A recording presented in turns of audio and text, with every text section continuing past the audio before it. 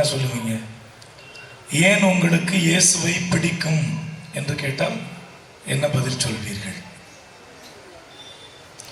அவர் கடவுள், ஆண்டவர், மெசியா, மீட்பர், உலகை ஆளப் பிளந்தவர், உலகை படைத்தவர், இரக்கமுடையவர், மன்னிப்பவர், கனிவுடையவர், பாவிகளின் நண்பன், ஏழை எளியவர்களின் நண்பர்.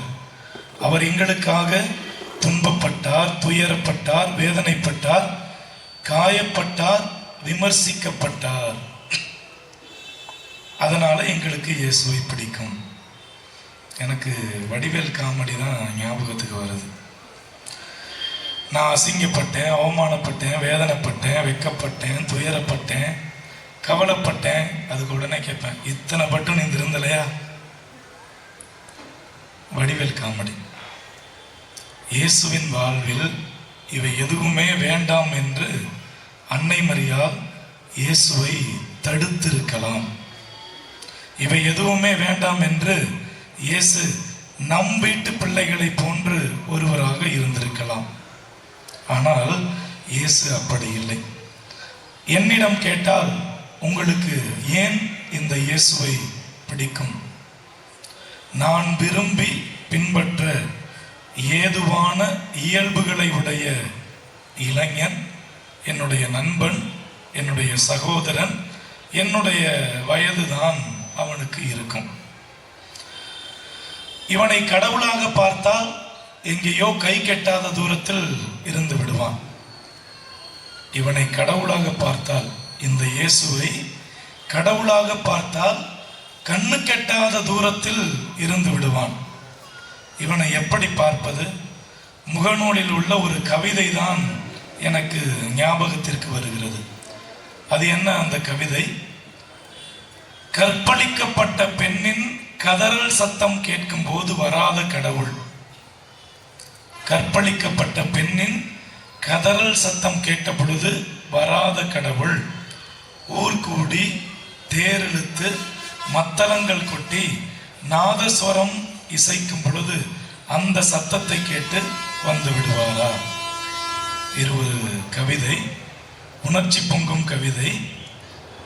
கற்பழிக்கப்பட்ட பெண்ணின் கதறல் சத்தம் கேட்டு வராத கடவுள் ஊர் கூடி தேரெழுத்து நாதஸ்வரம் மத்தளம் கொட்டி அழைக்கும் பொழுது வந்து விடுவானா? நான் மீண்டும் சொல்லுகிறேன், இந்த இயேசுவை நான் கடவுளாக பார்த்தால் அவன் கண்ணு கெட்டாத தூரத்தில் இருந்து விடுவான். ஆனால் இவன் என் நண்பன். அப்படி இல்லை. கூப்பிட்ட உடனே வந்து விடுவான், கேட்டது எல்லாம் தந்து விடுவான். தப்பு செய்தால் முதலில் என்னை திருத்துவான். பிரச்சனை என்றால் என் கூடவே நிற்பான். எனக்காக உயிரையும் கொடுக்கிறவன். அவன் என் கூடவே இருக்கிறவன். என்னிடம் கூப்பி எனக்கு அவனை நான் கூப்பிட நான் மாலை அணிக்க வேண்டிய தேவையில்லை, மெழுகுதிரி கொளுத்த வேண்டிய தேவையில்லை, ஊதுபத்தி கொளுத்த வேண்டிய தேவையில்லை, நாதஸ்வரம் தேவையில்லை, மத்தளம் தேவையில்லை. யாரை? என் நண்பன் இயேசுவை. என் நண்பன் இயேசுவை கூப்பிட எனக்கு மெழுகுதிரி தேவையில்லை, ஊதுபத்தி தேவையில்லை, சாம்பிராணி தேவையில்லை, நாதஸ்வரம் தேவையில்லை, மத்தளம் தேவையில்லை. நான் கூப்பிட்டாலே வந்து விடுவான். காரணம், அவன் என் வயதுக்கு ஒத்த என்னுடைய நண்பன். பிரியமானவர்களே, இப்படிப்பட்ட என் நண்பனை கொன்று விட்டார்களாம். என்ன செய்தான்? அவனை கொன்று போட்டார்கள். இன்றைய முதல் வாசகம், ஏற்கனவே நான் உங்களுக்கு இதன் விளக்கத்தை குருத்து ஞாயிறு என்று சொன்னேன். துன்புறும் ஊழியனாக இன்றைய முதல் வாசகம் நமக்கு படம் பிடித்து காட்டுகிறது. ஆனால் இது இயேசு பிறப்பதற்கு முன்பாக 700 ஆண்டுகளுக்கு முன்பாக சொன்னது இந்த இயேசுவை அல்ல என்று விவிலிய வல்லுநர்கள் வாதிடுகிறார்கள். இது யாரை சொன்னது? அப்போது யூதேயாவை ஆட்சி செய்து கொண்டிருந்த யோயாக்கிம் என்னும் அரசனையும், இஸ்ராயல் மக்கள் எல்லாரும் பாபிலோனியாவிலே அடிமையாக இருந்தார்களே அவர்களையும் தான் துன்புறும் ஊழியன் என்று எசாயா படம் பிடித்து காட்டியதாக சொல்லுகிறார்கள். ஆனால் ஆனால் அடிமைகளை மீட்க அவதாரம் எடுத்த இயேசுவாக பார்த்தால், அடிமைகளை மீட்ட அவதாரம் எடுத்த இயேசுவாக பார்த்தால் கண்டிப்பாக அந்த துன்புறும் ஊழியன் இயேசுதான்.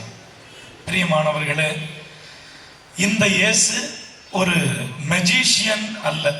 இந்த இயேசு மேஜிக் ஷோ செய்கின்ற ஒரு நபர் அல்ல, அல்லது மைடியர் பூதம் அல்ல. டிங் டிங் டிகாலா டன் டன் டகாலா என்று சொன்னவுடன் உங்கள் துன்பம் மறைவதற்கு. இந்த இயேசு மைடியர் பூதம் அல்ல, ஒரு மெஜிஷியன் அல்ல. யார் இந்த இயேசு? துன்பம் என்னும் வாழ்வியலின் யதார்த்தத்தை கிறிஸ்தவர்களாகிய உங்களுக்கும் எனக்கும் கற்றுத்தெரிந்த மனிதன், கற்றுத்தர தெரிந்த மனிதன். துன்பமே வராது என்று சொல்லி போலி வாக்குறுதிகளை சொல்லுகின்ற அரசியல்வாதி அல்ல.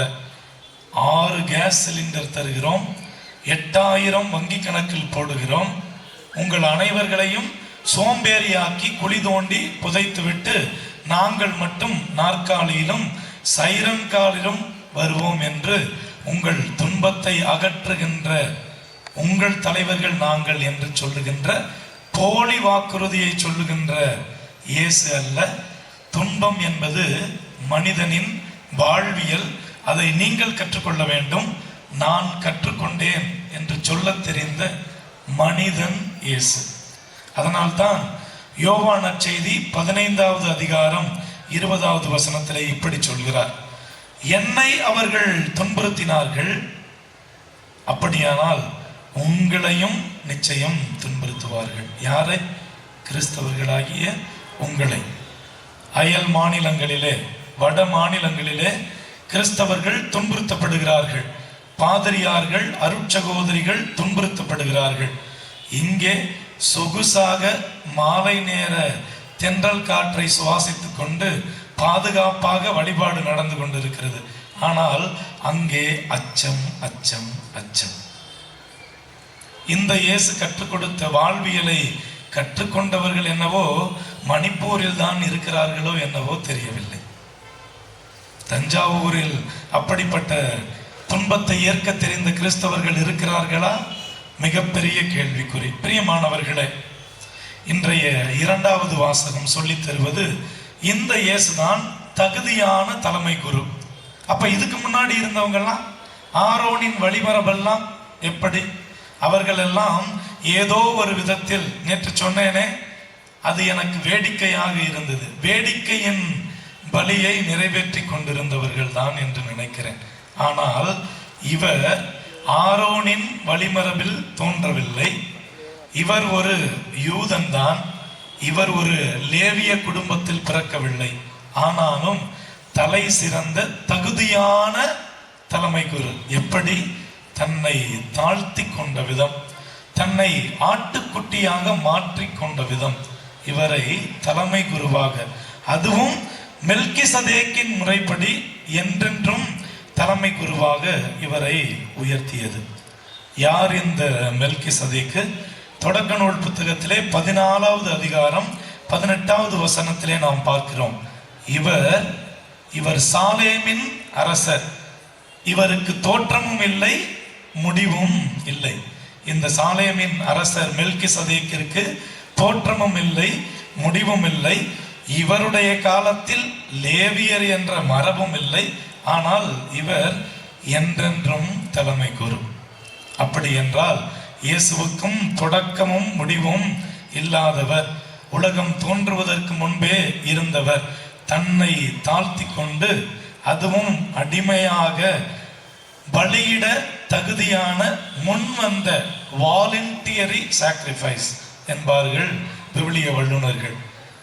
இந்த ஆட்டுக்குட்டி தகுதி வாய்ந்த பழுதில்லாத ஆட்டுக்குட்டி, பலியிட்டு கொண்டிருந்த ஆட்டுக்குட்டி அல்ல, தன்னை பலியிடுவதற்கும் தலை சாய்த்த ஆட்டுக்குட்டி. எனவே இவர் தகுதி வாய்ந்த தலைமை குரு. பிரியமானவர்களே, இன்றைய நற்செய்தி வாசகத்தில் ஒரு சில விஷயங்களை மட்டும் நாம் தியானிக்க இங்கே கூடியிருக்கிறோம். நீங்களும் தெரிந்து கொள்ள வேண்டும் என்று ஆசைப்படுகிறேன். நிறைய கேள்விகளை கேட்க போகிறேன். உங்கள் காதுகளை திறந்து வையுங்கள். இது ஒரு விதமான ஆக்ட் ஆஃப் கான்ஷியன்ஸ், ஒரு உள்ளார்ந்த ஒரு பயணம், ஒரு மெடிடேஷன் என்று கூட, ஒரு தியானம் என்று கூட வைத்துக் கொள்ளலாம். இன்றைய நற்செய்தியில் நாம் வாசிக்க கேட்ட ஒரு சில வார்த்தைகள்.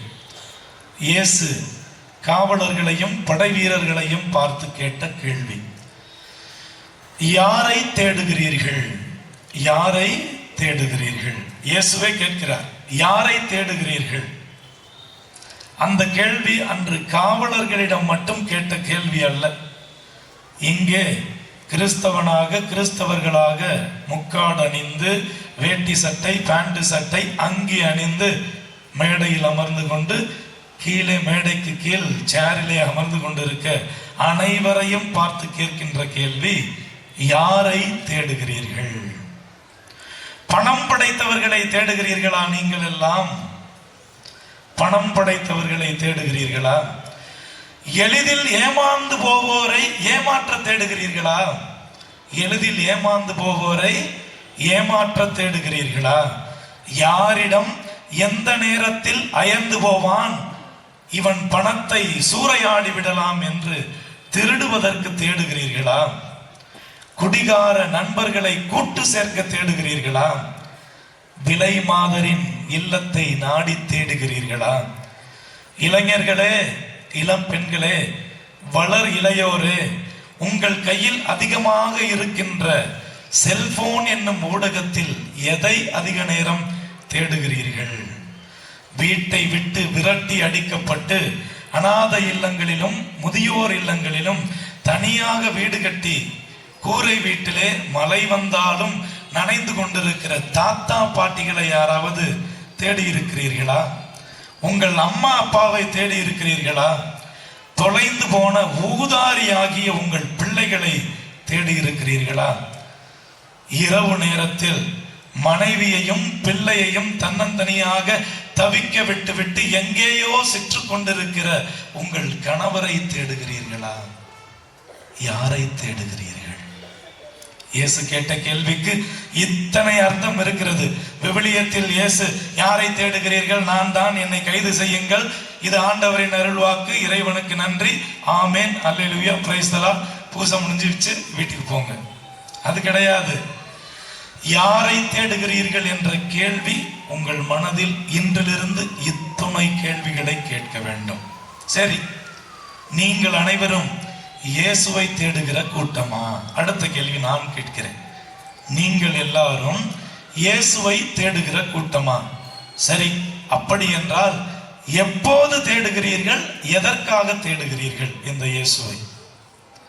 எனக்கு கஷ்டம் வந்துருச்சுன்னா, இடுப்பு வலினா, நொண்டினா, நொடமுனா, என் பொம்பளை பிள்ளைக்கு ஒரு மாப்பிள்ளை தேடணும்னா, ஆம்பளை பிள்ளை பிறக்கணும்னா, என் பிள்ளை 1ஆம் கிளாஸ்ல ஃபர்ஸ்ட் மார்க் வாங்கணும் அப்படின்னா, கடன் தொல்லைனா, அப்பதான் ஃபாதர் இயேசுவை தேடுவோம்.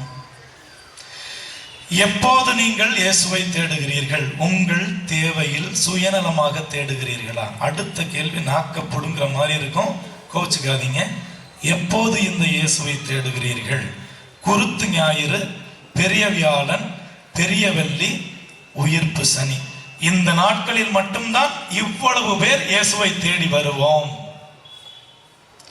நீங்கள் எல்லாரும் இயேசுவை எப்போது தேடுகிறீர்கள்? அடுத்து கயபா என்ற தலைமை குரு தெளிவாக ஒரு பதில் சொல்லுகிறார்.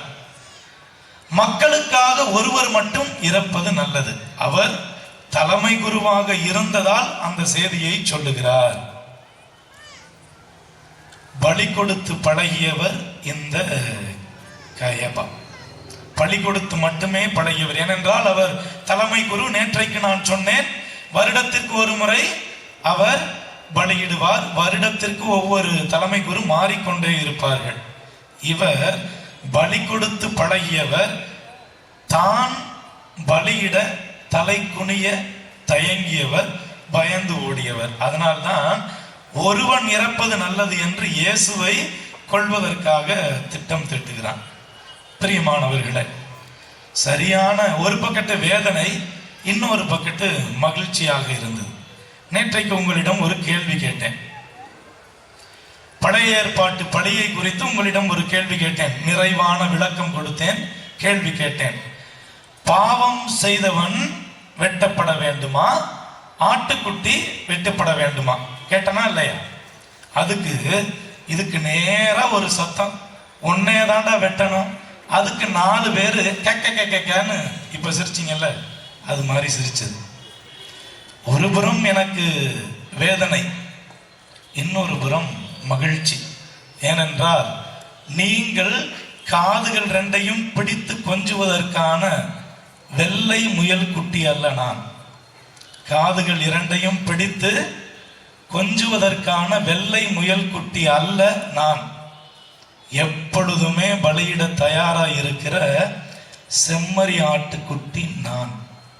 இன்னைக்கு நற்செய்தி வாசகத்தில் படித்தோம், இயேசுவே சொன்னார், நான் மறைவாக உங்களிடம் எதையும் பேசியதில்லையே, அதிக நேரம் ஆலயத்தில் தானே இருந்தேன், ஏன் பூசை முடிந்து ஏதோ ஒரு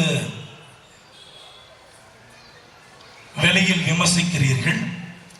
காது, மூக்குத்தி, கையில இதெல்லாம் யாருன்னு உங்களுக்கு தெரியும். உங்களிடம் தானே இந்த ஆலயத்தில் நான் பிரசங்கம் வைத்துக் கொண்டிருக்கிறேன், அன்பியங்கள் நடத்தி கொண்டிருக்கிறேன். இதே ஆலயத்தில் நீங்கள் கேட்கும் விதத்தில், புரியும் விதத்தில் போதித்துக் கொண்டிருந்தேனே. திருப்பலி முடிந்த பிறகு என்னை சந்தித்து உங்கள் கேள்விகளை கேட்கலாமே. நீங்கள் ஆணாக இருந்தால் ஆம்பளையா என்று நான் கேட்பேன், பெண்ணாக இருந்தால் நீங்கள் கிறிஸ்தவ பெண்ணா என்று கேட்பேன். எனக்கு இன்னொரு சந்தோஷம், இப்படிப்பட்ட தலைமை குரு நமது மத்தியிலும் இருக்கிறார்கள். கயபா, ஒருவன் பலியிடப்பட வேண்டும், நாங்கள் எல்லாம் பாதுகாப்பாக இருப்போம், ஒருவன் பலியாக வேண்டும். அது யாரு? சின்ன சாமியார். அது யாரு?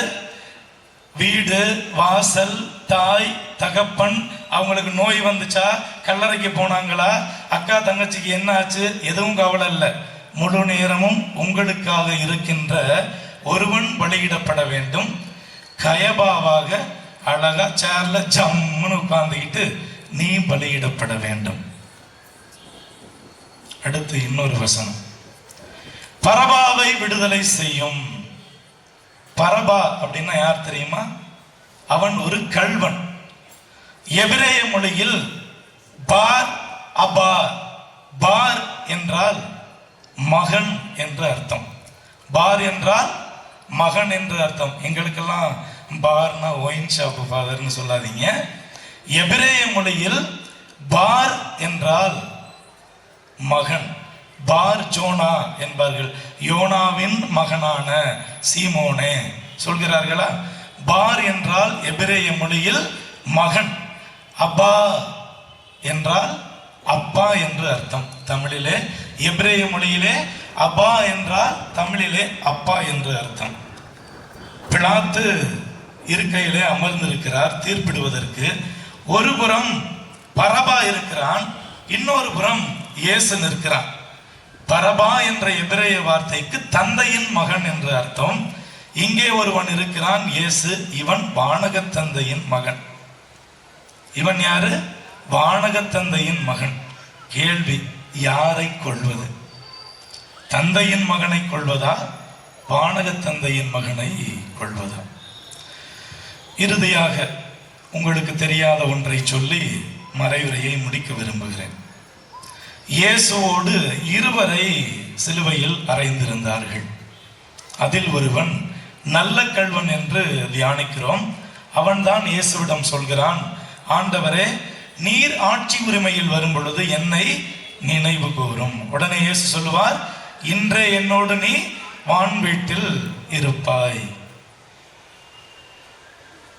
ஒரு 25 வருஷத்துக்கு பின்னாடி, நம்ம வருஷத்துக்குள்ள இயேசு பிறந்து அந்த காலகட்டம், இயேசு பிறந்த காலகட்டம். இப்ப இயேசு அடிபட தயாரா நிற்கிறாரு. அதுக்கு முன்னாடி ஒரு 25 வருடத்திற்கு முன்பாக நடந்த ஒரு நிகழ்வு உங்களுக்கு தெரியும்.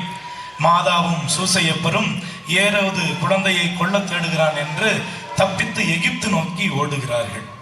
கதவை தட்டுகிறார்கள், கதவு திறக்கப்படவில்லை. ஆனால் அதற்கு பிறகு ஒரு மாட்டு கொட்டகை இருந்தது, அங்கே இயேசு பிறந்தார். ஆனால் அதற்கு பிறகும் இதே போன்று ஒரு நிகழ்வு நடந்தது. மாதாவும் சூசையப்பரும் அந்த பச்சிளம் குழந்தையை கையில் ஏந்தி கொண்டு இன்னொரு ஊருக்கு தப்பி ஓடுகிறார்கள். குழந்தைக்கு துயரம் துக்கம் அதை கொள்ள தேடுகிறார்கள் என்று. அப்படி ஓடி போகும் பொழுது பாலைவன புயல் அடிக்கிறது. குழந்தையின் உடல் முழுக்க மணலால் நிரம்பி இருக்கிறது.